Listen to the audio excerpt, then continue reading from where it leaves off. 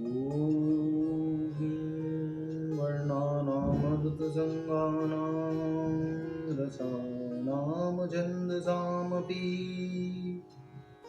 मङ्गलानां च कर्तारो वन्दे वाणी विनायको नारायणं नमस्कृत्य नरं चैव नरोत्तमम्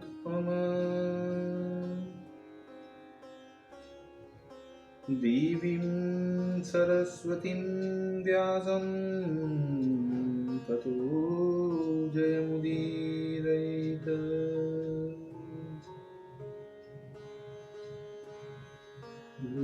गुरुर्ब्रह्मा गुरुर्विष्णु गुरुर्देवो महेश्वर गुरुर्साक्षात् परब्रह्म तस्मै श्री गुरुवे नमः। बोलिए सियावर रामचंद्र भगवान की जय। राधावर कृष्ण कन्हैया लाल भगवान की जय। उमा महेश्वर भगवान की जय। गायत्री ब्रह्मदेव भगवान की जय। सद्गुरुदेव भगवान की जय।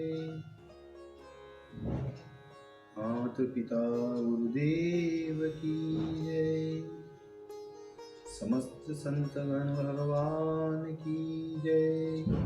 समस्त भक्तगण भगवान की जय। ओम नमः पार्वती पतये हर हर महादेव।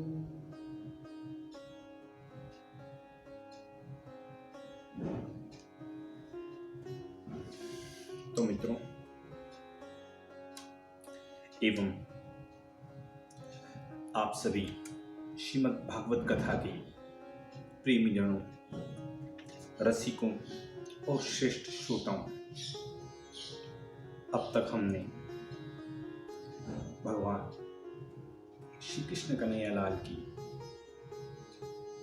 इस भागवत कथा का क्रमबद्ध रूप से श्रवण करते आ रहे हैं, जिसमें अभी तक हमने प्रथम व द्वितीय स्कंद को श्रवण किया है, स्मरण किया है, उस कथा का मनन किया है और आप सभी ने और हमने इसका भलीभांति श्रवण किया है। अब हम श्रीमद् भागवत कथा के तृतीय स्कंद की ओर कथा को क्रम में प्रवाह रूप से आगे की ओर अग्रसर करते हैं।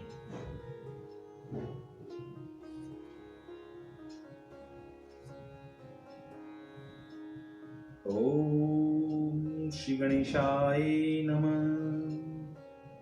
आप सभी श्रेष्ठ श्रोतागण भगवान श्री कृष्ण कन्हैया लाल और राधा रानी के श्री चरणों में दृढ़ भक्ति रखते हुए कथा का श्रवण करें, स्मरण करें, मनन करें, कीर्तन करें, भजन करें। बोलिए श्री कृष्ण कन्हैया लाल भगवान की जय। ओम श्री गणेशाय नमः। सुख सागर अर्थात श्रीमद् भागवत भाषा तृतीय स्कंद। देखिए, अब इस कथा का सोरठे और दोहे से जो तृतीय स्कंद का शुभारंभ हो रहा है, उसे बड़े प्रेम से हम पठन करते हैं, ग्रहण करते हैं, श्रवण करते हैं। जय गज वदन गणेश विघ्न कदन प्रद सुख सदन, एकरदन समवेश, मदन कदन केवर नदन। जय श्री नंद कुमार, ब्रजभूषण दूषण हरण, अपनो दास निहार, दया सिंधु की जय दया। कह द्वितीय स्कंद शुक, पुनि प्रभु पद धर ध्यान। कथा तृतीय स्कंद की, लोग करन बखान। इस तृतीय स्कंद के 3300 अध्याय, कहीं परीक्षित नृपति सो, शुक्राचार्य समझाए। कहीं परीक्षित नृपति सो, सुखदेव समझाए। देखिए, यहाँ जो शुक्राचार्य लिखा हुआ है यह सुखदेव जी हैं, इसलिए पुनः इसकी लाइन को, इस पंक्ति को हमने दोहराया है। अब देखिए, कथा में कहते हैं कि तीसरे स्कंद में 33 अध्याय हैं, जिनमें सर्ग का वर्णन है। ईश्वर की इच्छा से, गुणों के चलायमान होने से ब्रह्मांड का होना, इसका नाम सर्ग कहा गया है। प्रथम अध्याय में क्षीण आयु बांधवों को त्याग कर विदुर जी जैसे घर से चले गए थे, उनका संवाद आदि से इसमें वर्णन करते हैं। पहले भगवान का और ब्रह्मा का संवाद संक्षेप से कहा गया है। अब फिर शेष जी की कही भागवत सुंदर विस्तार से कहते हैं। 2 प्रकार से श्रीमद् भागवत के संप्रदाय की प्रवृत्ति हुई है। एक संक्षेप से श्री नारायण ब्रह्मा के द्वारा और विस्तार से शेष जी सनत कुमार सांख्यायनादि जो उनके द्वारा हुई हैं। वहाँ द्वितीय स्कंद में श्री नारायण ब्रह्मा के संवाद में संक्षिप्त से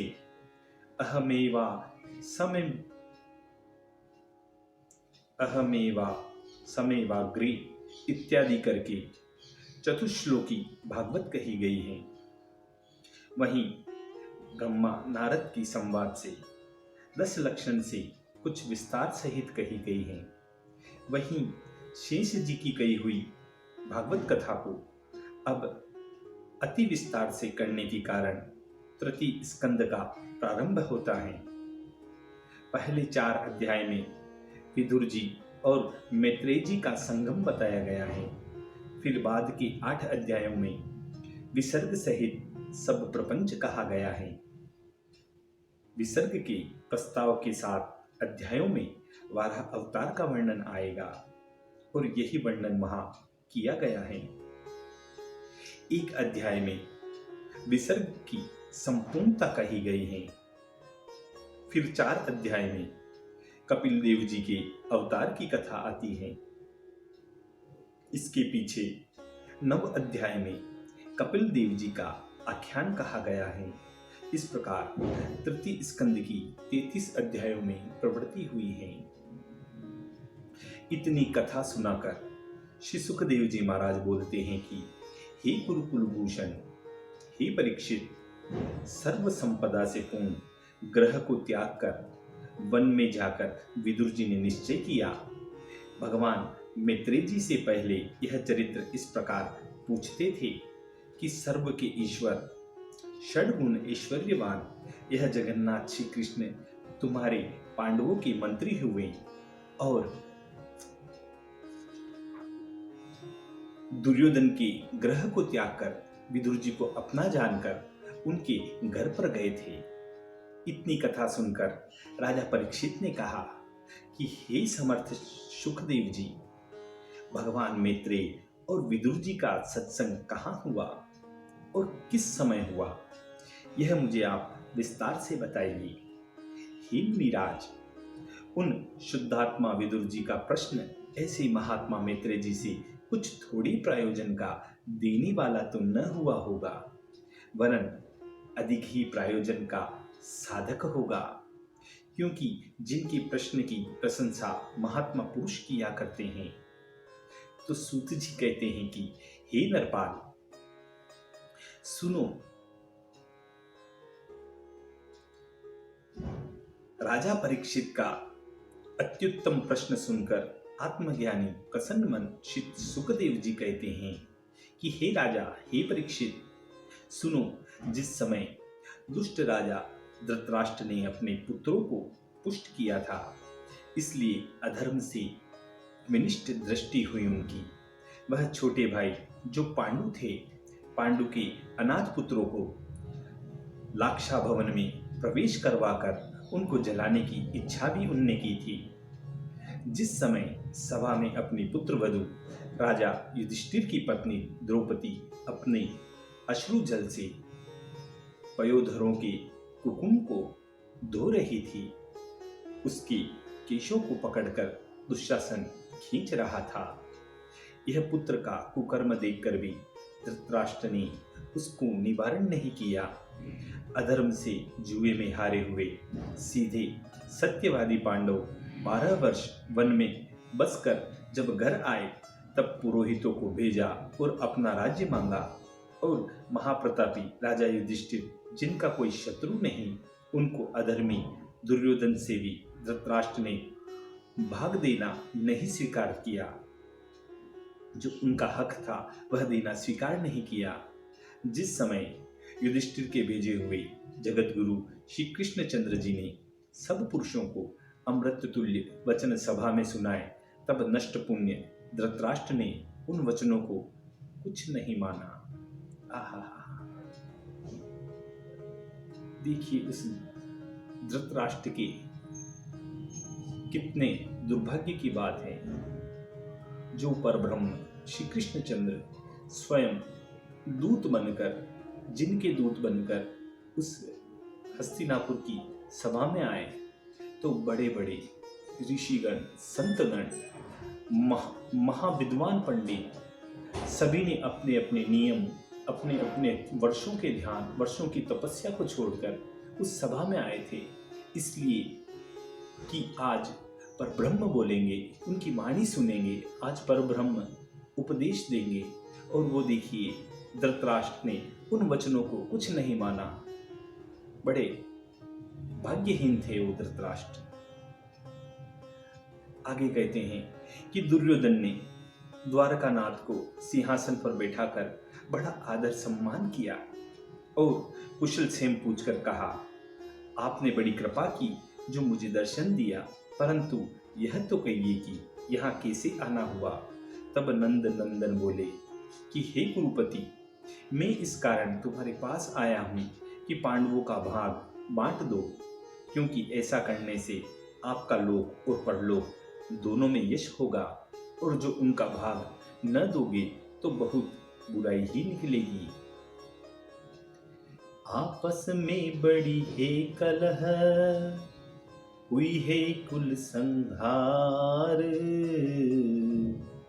ताते कुरुपति मानिए इतनी कही हमार, इतनी कही हमार।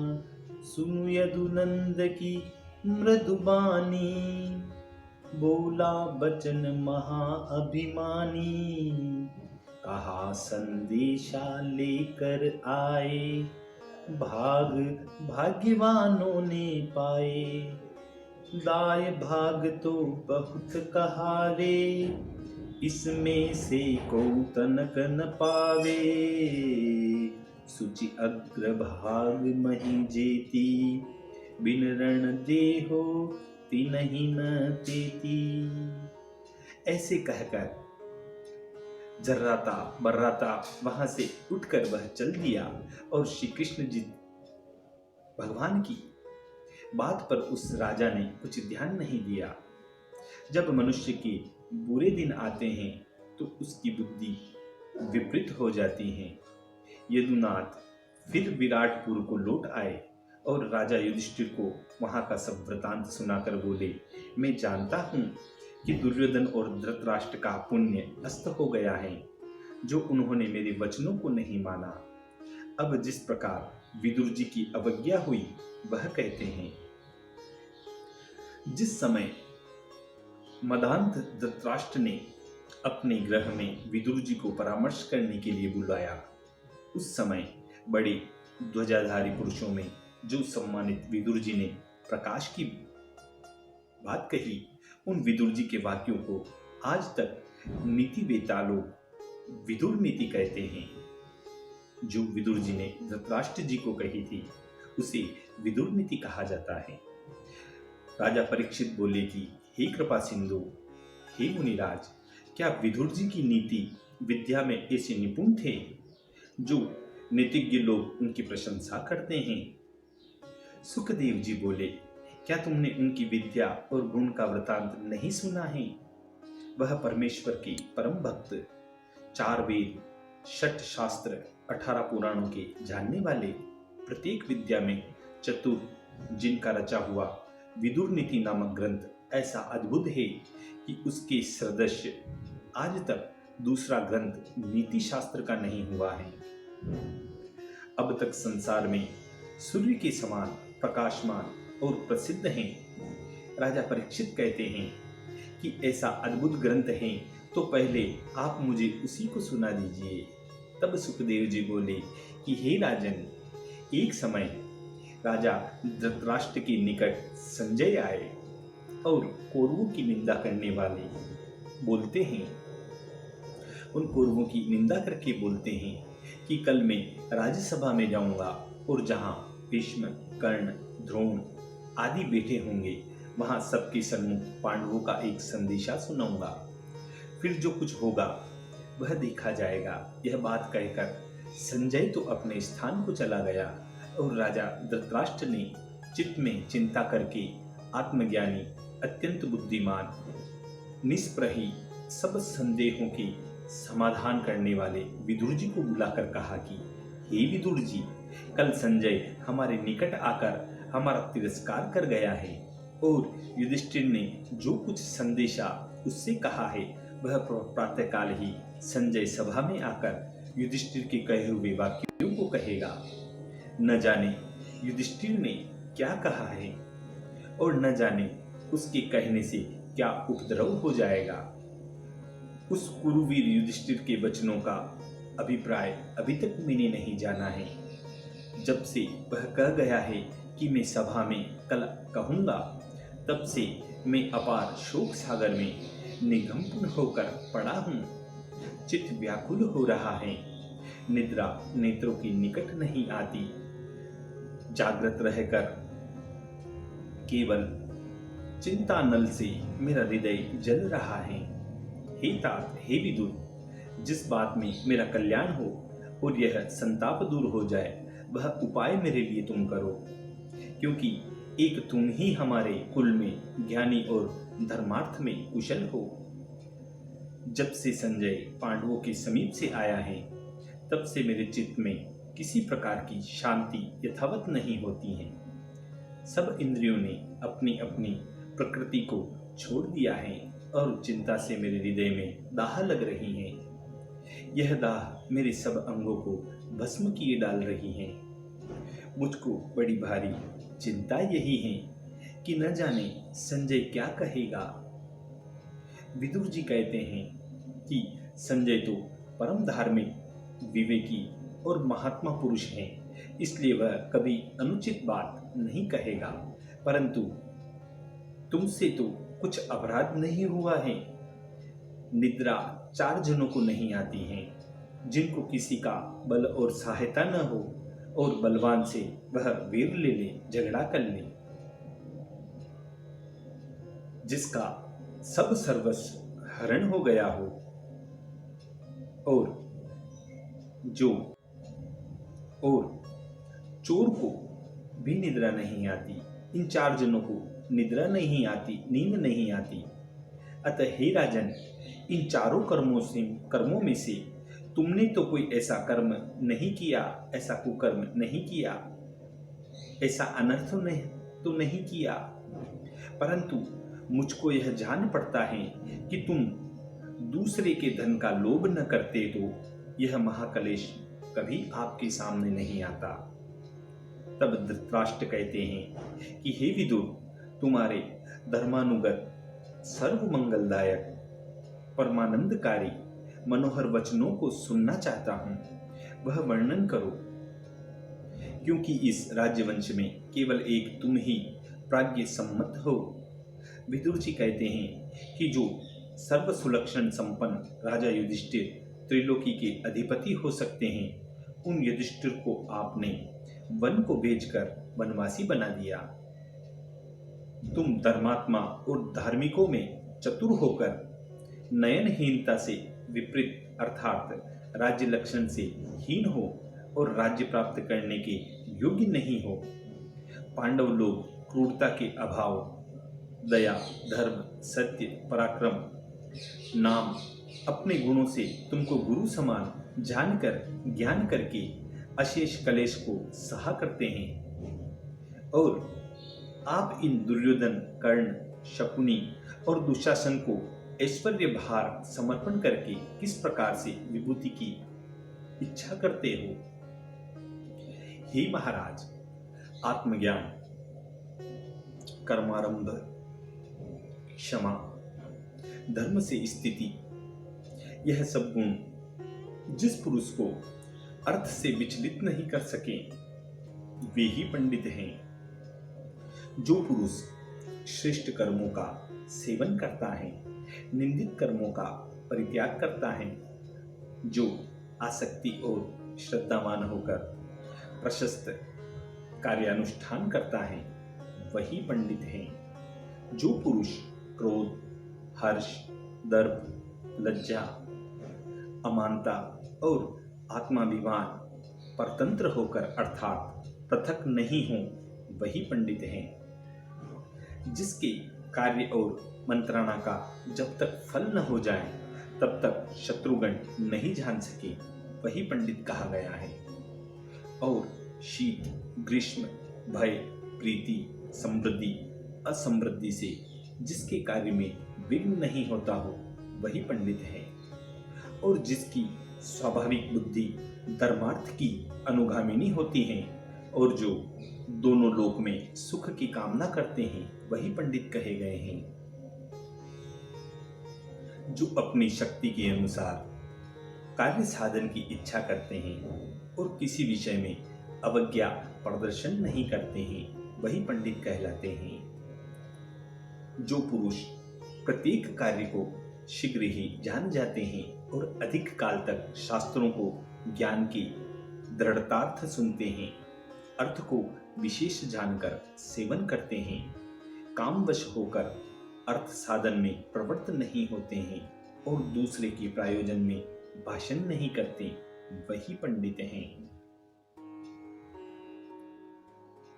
जो मनुष्य अप्राप्य वस्तु के लाभ के निमित्त अभिलाषी नहीं होते हैं और विनष्ट वस्तु के लिए शोक संताप नहीं करते हैं और आपातकाल में मोहित नहीं होते हैं, वही जन पंडित कहे गए हैं।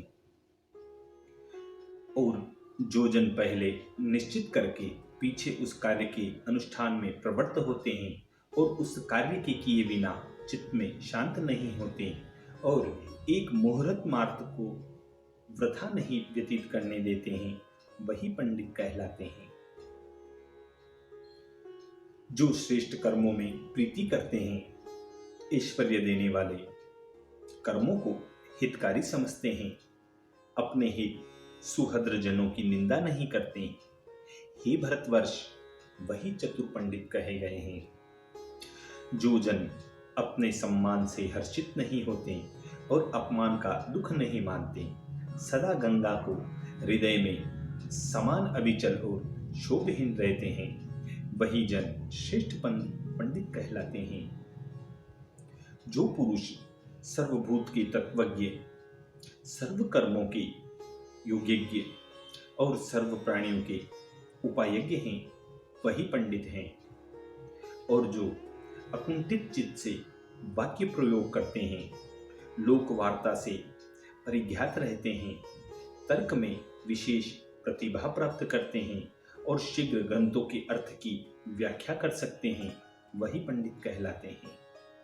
जिसका शास्त्र बुद्धि का अनुगामी है और बुद्धि शास्त्रानुसारिणी होती है और बुद्धि के अनुसार श्रेष्ठ जनों की मर्यादा रखने वाले होते हैं, वही चतुर पंडित कहलाते हैं।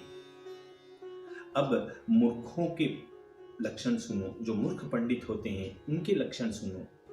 जो पुरुष बिना शास्त्र के अध्ययन पंडितों के समान अभिमान करते हैं, दरिद्र होकर धनिकों के सदस्य धन का गर्व करते हैं और कुकर्म से धन के उपार्जन की इच्छा करते हैं, वह जन मूर्ख पंडित होते हैं।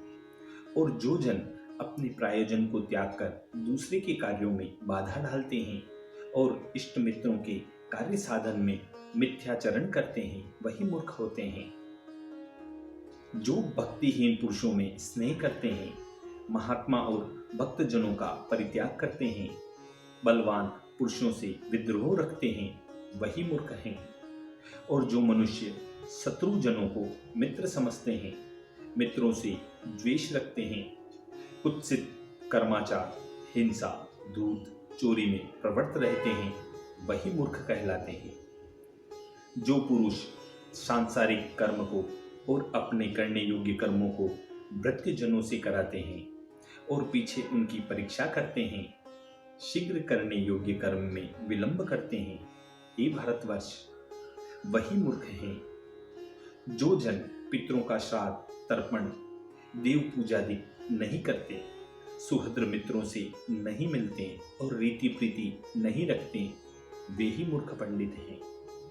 जो बिना बुलाए किसी के घर चले जाते हैं और बिना समझे बात कहते हैं, अविश्वस्त पुरुष का विश्वास कर लेते हैं, वे नर मूर्ख कहलाते हैं। जो मनुष्य आप दोषी होकर दूसरे को दोष लगाकर निरादर करते हैं और निर्बल होकर सदा बलवानों पर क्रोध करते हैं, वे ही मूर्ख हैं। अपने बल को आप समझे नहीं, धर्म अर्थ को जाने नहीं, जो वस्तु मिलने के योग्य नहीं हो उसकी बिना ही उद्योग करने की इच्छा करते हैं, जहां लाभ होने की किंचन मात्र भी आशा नहीं, वहां से लाभ की आशा करते हैं, कृपण का आशय करते हैं, वे ही मनुष्य मूर्ख कहलाते हैं।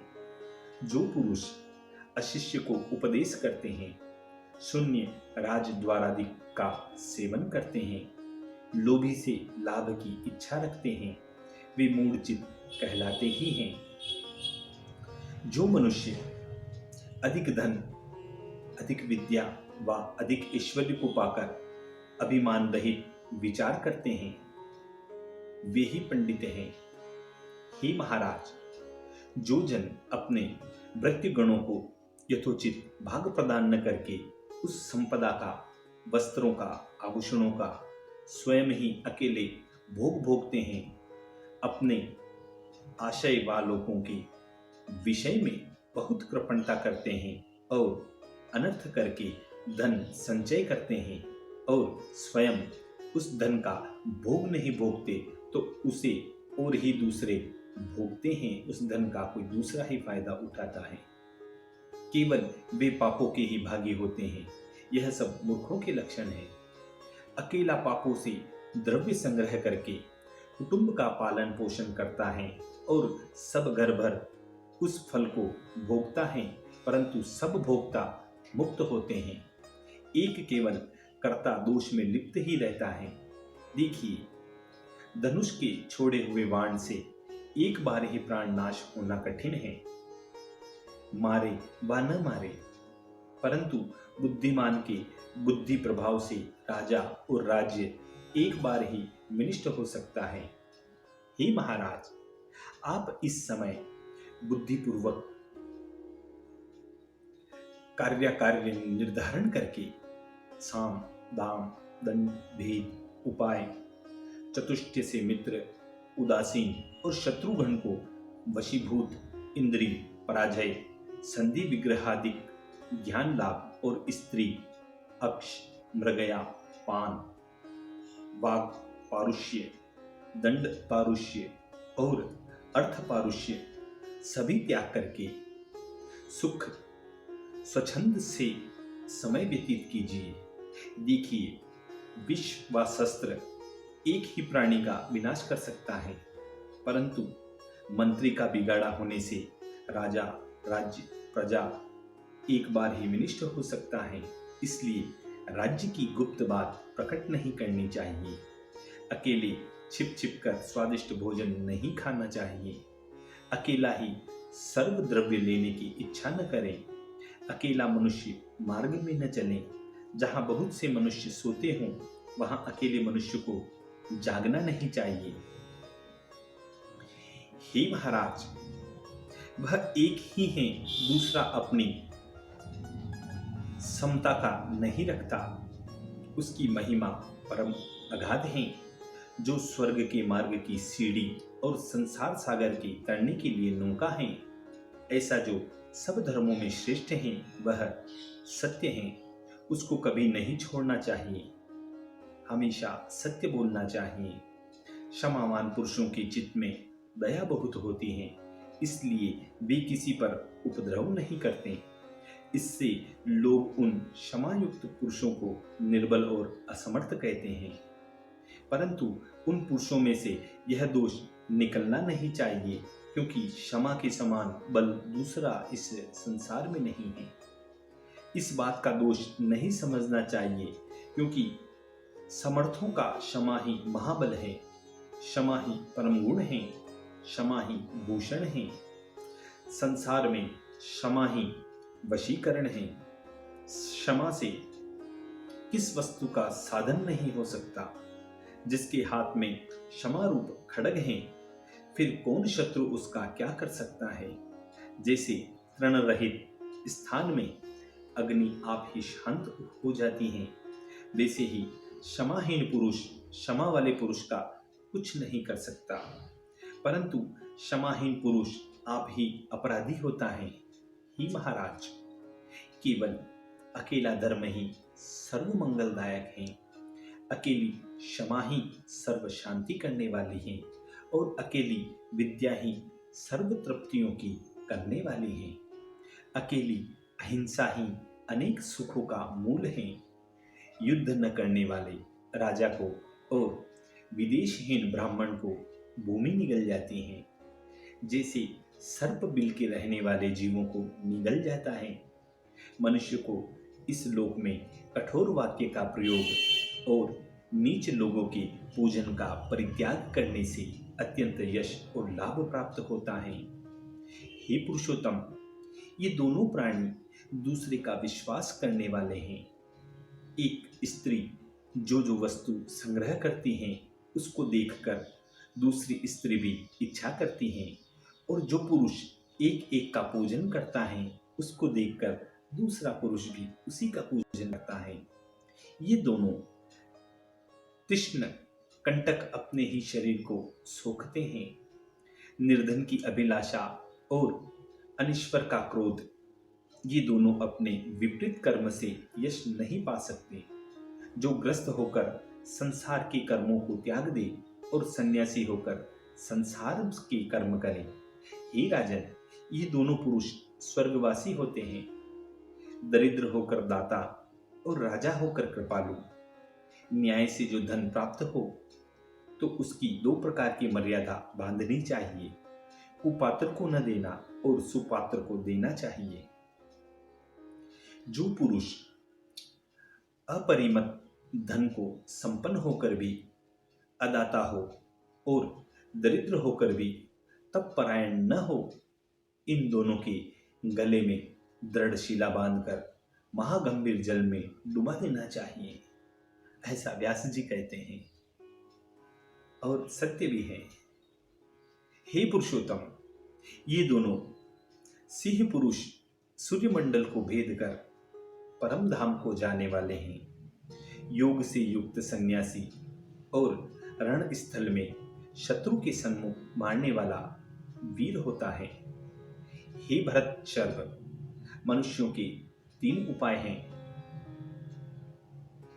अधम युद्ध करना, मध्यम वेद से दान करना और उत्तम साम सात्विकता से कर्म करना। यह 3 प्रकार के मनुष्य हैं, अधम, मध्यम और उत्तम। अथवा अधम काम के अर्थ युद्ध करना होता है, मध्यम ऐहिक लोभ से दान देना और उत्तम सात्विक वृत्ति से योग करना। इस प्रकार वेद वेता लोग यह मनुष्यों के प्रकार बताते हैं, कहते हैं। हे राजन, पुरुष 3 प्रकार के होते हैं। पहले मनुष्य का बताया, अब यहाँ पुरुष का वर्णन कर रहे हैं कि पुरुष 3 प्रकार के होते हैं, उत्तम, मध्यम और अधम। उन 3 ही प्रकार के कर्म में यथाक्रम नियत करना चाहिए। हे महाराज, स्त्री, दास, पुत्र, ये तीनों निर्धन होते हैं, क्योंकि ये जिसके होते हैं वही इनके उपार्जन किए हुए द्रव्य का स्वामी होता है। स्त्री का स्वामी पति, दास का स्वामी उसका सेठ, उसका मालिक, उसका आका, और पुत्र का स्वामी पिता होता है। तो ये तीनों निर्धन कहे गए हैं, क्योंकि ये जिनकी शरण में रहते हैं वह इनके स्वामी बनते हैं, वही उनका उपार्जन करते हैं, उनका पालन पोषण करते हैं, इसलिए इनको निर्धन कहा गया है। इसलिए परद्रव्यापहरण, परदाराभिमर्शन और सुहृदबंधु परित्याग, ये तीनों दोष महाभयानक कष्ट के देने वाले हैं। अब देखिए, इसको समझिए कि परद्रव्यापहरण, दूसरों के पैसों को लूट लेना, दूसरे के धन की अभिलाषा करना, यह पहला महाभयानक कष्ट है। दूसरों के मान सम्मान से जलना, यह दूसरा महाभयानक कष्ट है। और अपने सगे संबंधी बंधुओं को छोड़ देना, परित्याग करना, यह तीसरा महाभयानक कष्ट है। यह 3 प्रकार के कष्ट बताए हैं। फिर आगे कहते हैं, काम, क्रोध और लोभ, ये तीनों महाघोर नरक में डालने वाले कहे गए हैं और आत्मविनाशक के हेतु हैं। इसलिए इन तीनों शत्रुओं का परित्याग करना चाहिए। यदि पुरुष भक्त, हरि उपासक और शरणागत होकर अपना आशय ग्रहण करें तो तीनों को महासंकट में भी परित्याग करना योग्य नहीं है। हे महाग्रहण,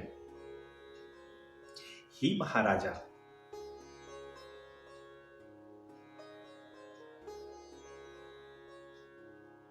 देवताओं से वरदान का मिलना लाभ होता है, राज्य प्राप्त होने का लाभ है और पुत्र जन्म होने का लाभ है। यह 3 प्रकार के लाभ बताए हैं, परंतु शत्रु को संकट से छुड़ाना परम लाभ कहा गया है। महाबली राजा को 4 बात नहीं करनी चाहिए। राजा को 4 बातों को नहीं करना चाहिए। पंडित लोग उसको जानते हैं। वह 4 बातें बताते हैं: अल्प बुद्धि, दीर्घसूत्री, अविवेकी और चारण। इन पुरुषों के साथ सम्मति करनी अनुचित कही गई है। उनसे राजा को किसी भी प्रकार की संभाषण नहीं करना चाहिए, उनसे किसी प्रकार की सलाह नहीं लेनी चाहिए। हे तात, जिस पुरुष को परमेश्वर लक्ष्मीवान करें अथवा ग्रस्त धर्म का पालन करना चाहे तो इन 4 पुरुषार्थों का संग कभी नहीं छोड़ें। अपनी जाति का अतिवृद्ध, जो कि कुल धर्म का उपदेश करने वाला हो, कुलीन, जो बालकों को आचार विचार सिखाने वाला हो, दरिद्र मित्र, जो बालकपन से साथ रहा हो, संतानहीन भगिनी, कि जिसके कुल में कोई पालन पोषण करने वाला न हो, अपने घर में उनको रखना चाहिए। सदगुरु बृहस्पति ने इंद्र से 4 बातें कही थी कि 4 बातों को तत्काल फल देने वाली कहा गया है। वह मैं आपसे कहता हूं। देवताओं का संकल्प, बुद्धिमानों का महानुभाव, विद्यावानों की नम्रता और पाप करने वालों का विनाश। हे भरत शर्व, 4 कर्म सदा अभयदान दायक होते हैं, अभयदान देते हैं और विपरीत करने से भय देने वाले कहे गए हैं।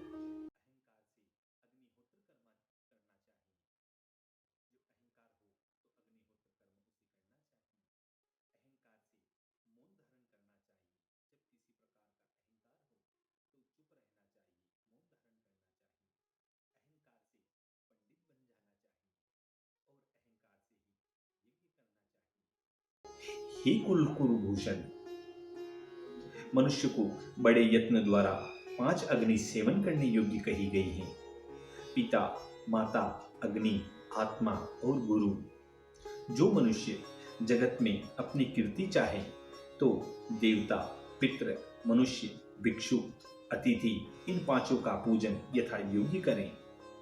हे महाराज, राजा लोग जहां जहां जाते हैं वहां वह यह 5 उनके साथ चलते हैं, उनके साथ रहते हैं, उनके संग में रहते हैं। मित्र, शत्रु, मध्यस्थ, गुरु और आश्रित, श्रोत्र, त्वचा, चक्षु, जिह्वा, घ्राण इन 5 इंद्रियों से 1 वा 2 भी भ्रष्ट हो जाती हैं तो पीछे बुद्धि का धीरे धीरे पूर्ण नाश हो जाता है।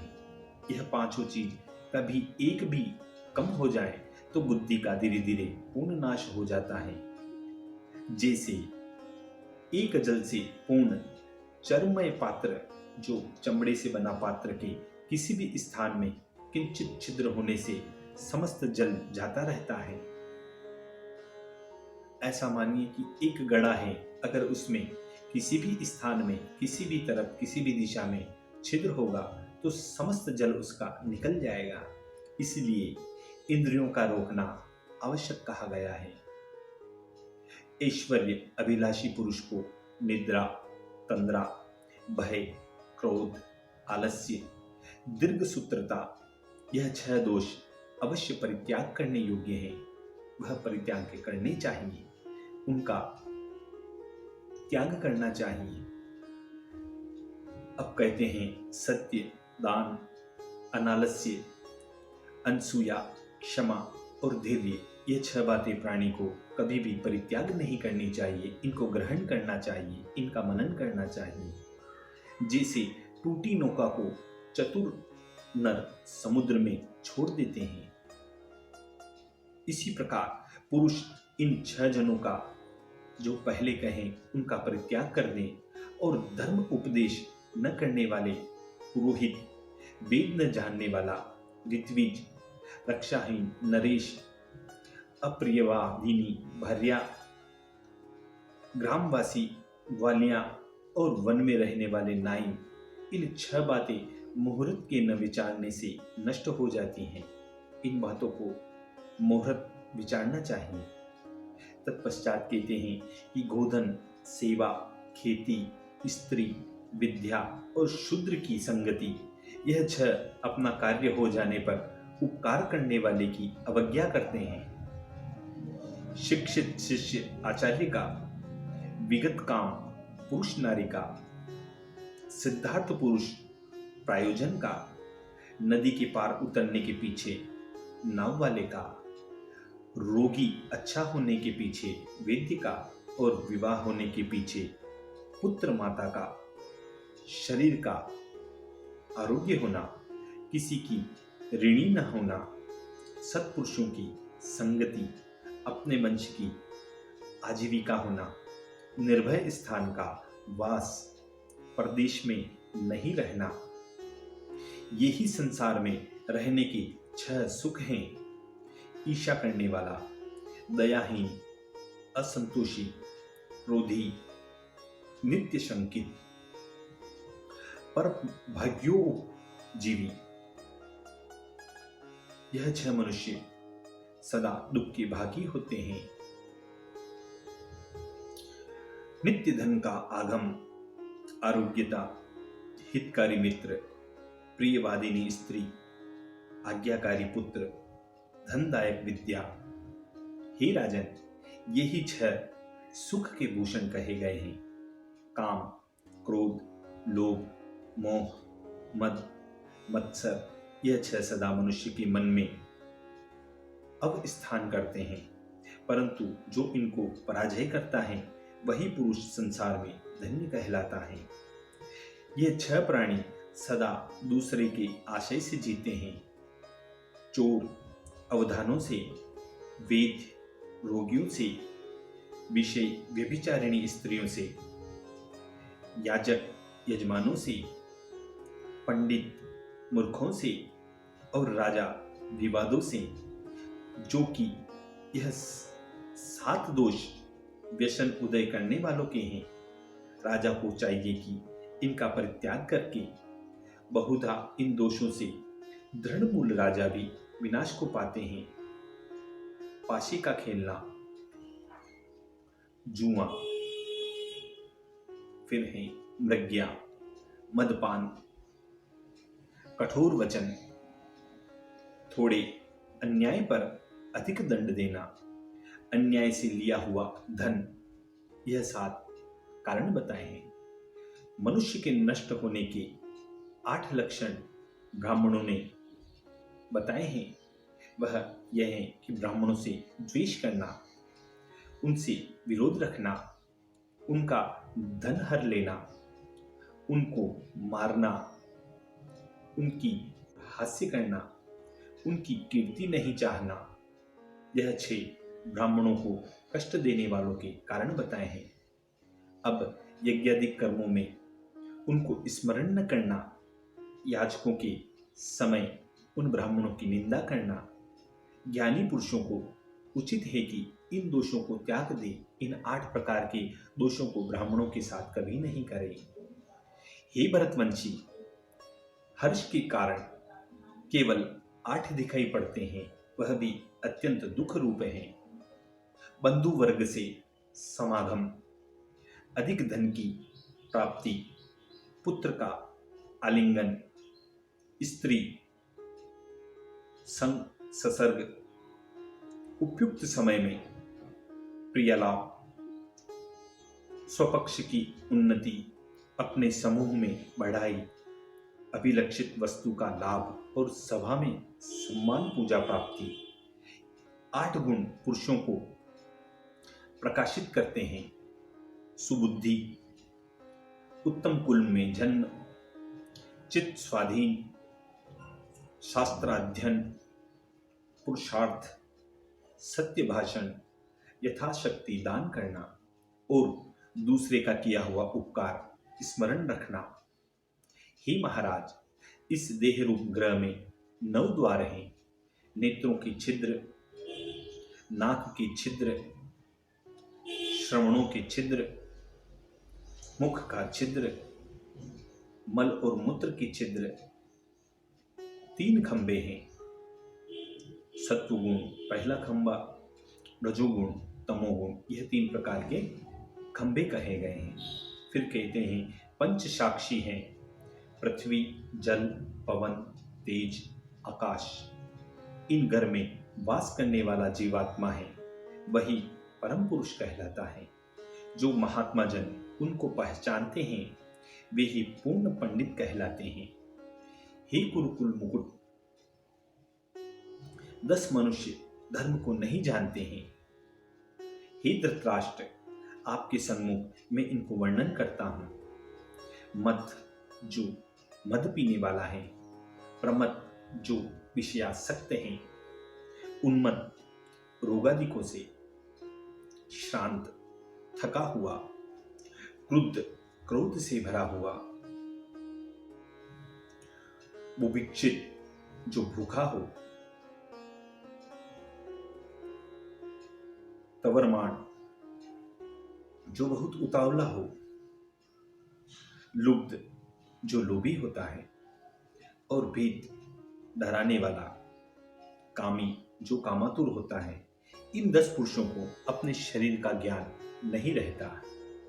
इस स्थल पर एक प्राचीन इतिहास भी कहते हैं कि जिसको असुरेंद्र धनवा ने अपने पुत्र से कहा था, जो राजा काम क्रोध का परित्याग और सत्पात्र को धन दान करते हैं, सब लोग विशेष ज्ञानी, शास्त्रज्ञ और शीघ्र कर्म करने वाले उन्हीं के मतानुसार कर्म किया करते हैं।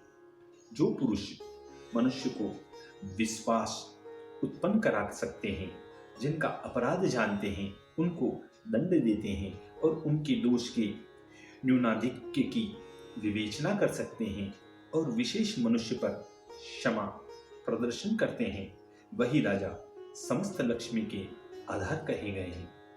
जो पुरुष अति दुर्बल, जिनका कभी अपमान नहीं करते हैं और शत्रु का छिद्रान्वेषण करने को बुद्धिपूर्वक उसकी शुश्रूषा करते हैं, बलवानों के साथ विरोध करना नहीं चाहते और जो उचित समय पर बल का प्रकाश भी करते हैं, वे ही यथार्थ पंडित कहलाते हैं।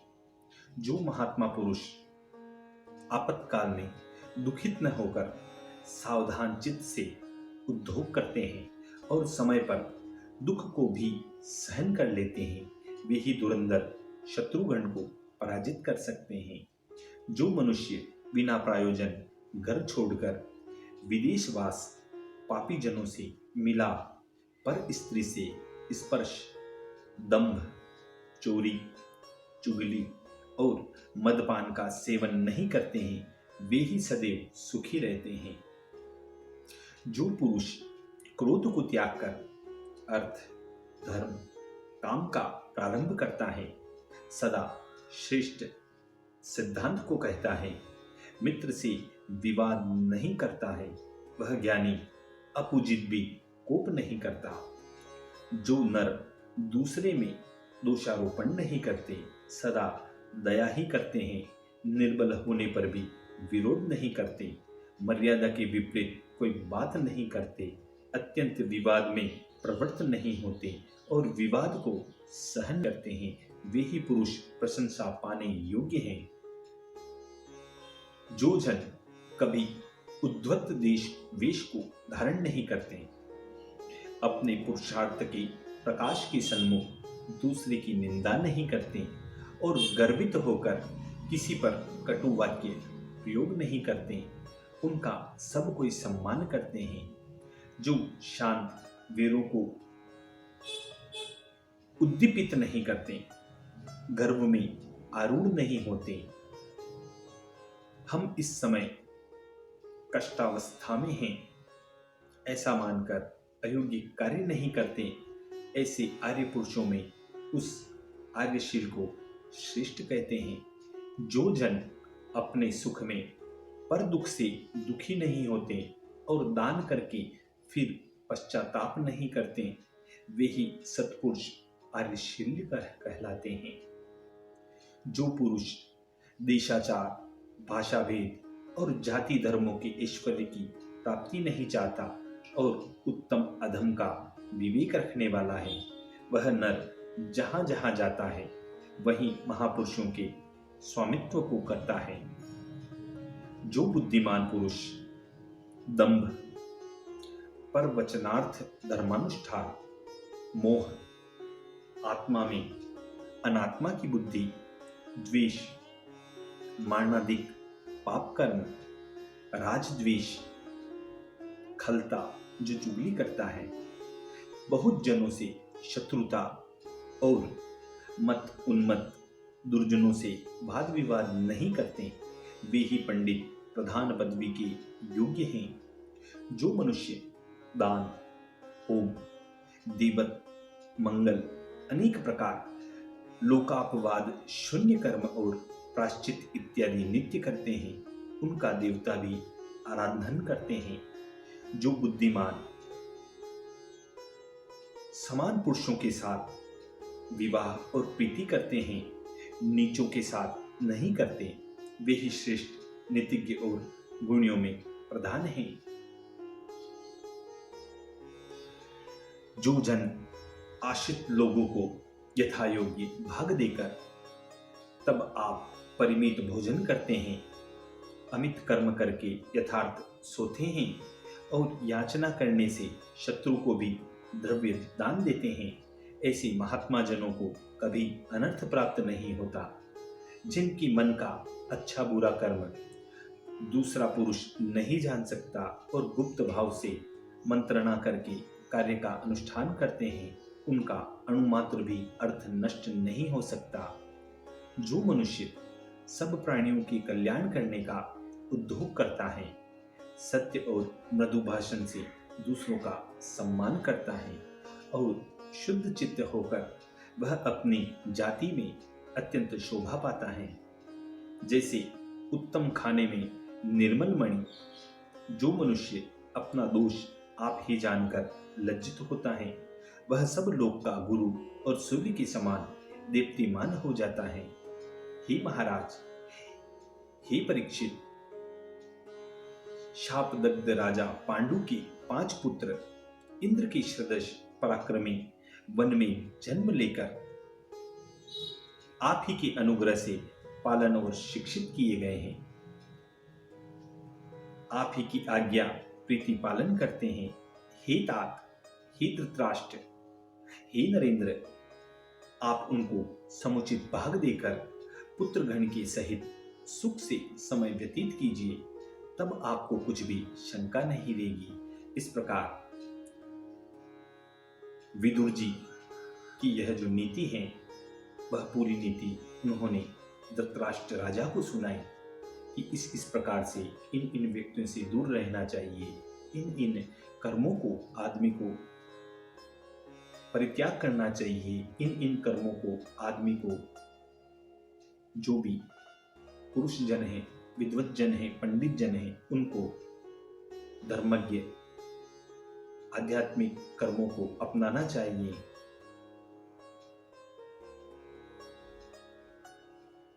आदि नीति में जो कुछ हमने अभी श्रवण किया है, उनका मनन करना चाहिए, उनका पठन करना चाहिए। जो श्रवण किया है उसको अपने जीवन में उतारना चाहिए। इसी प्रकार इस संवाद के साथ इति श्री भागवत कथायां तृतीय स्कंदे प्रथमो अध्याय पूर्णः। बोलिए श्री राधा और कृष्ण कन्हैया लाल भगवान की जय।